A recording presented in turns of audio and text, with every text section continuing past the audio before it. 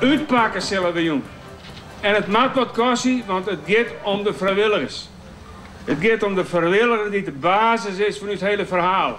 Want wie nemen net, wie wij er net, kon er niks gebeuren.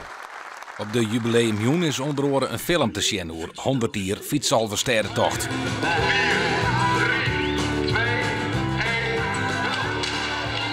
Vind je auto op nota?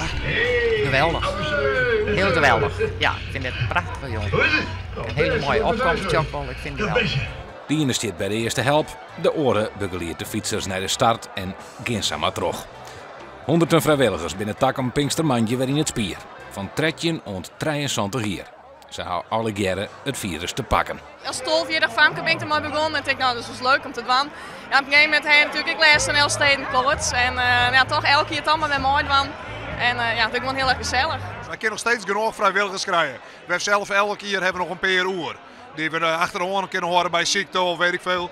Dus we kunnen er gelukkig nog komen. We merken wel dat het veroudert. Maar de meesten die ons helpen, ja nogmaals, de kist echt op rekening, die staan erin. Waar nog denkt dat de vrijwilligers geen tijd meer hebben om zelfs op 2 chillende Alversteden bij Del te gaan, had het trouwens mis. Stap gewoon op een fiets, ja. Ik stap gewoon op een fiets. Ik ben fietsen alleenig. Orlier lang had de organisatie werken aan de komende jubileumeditie.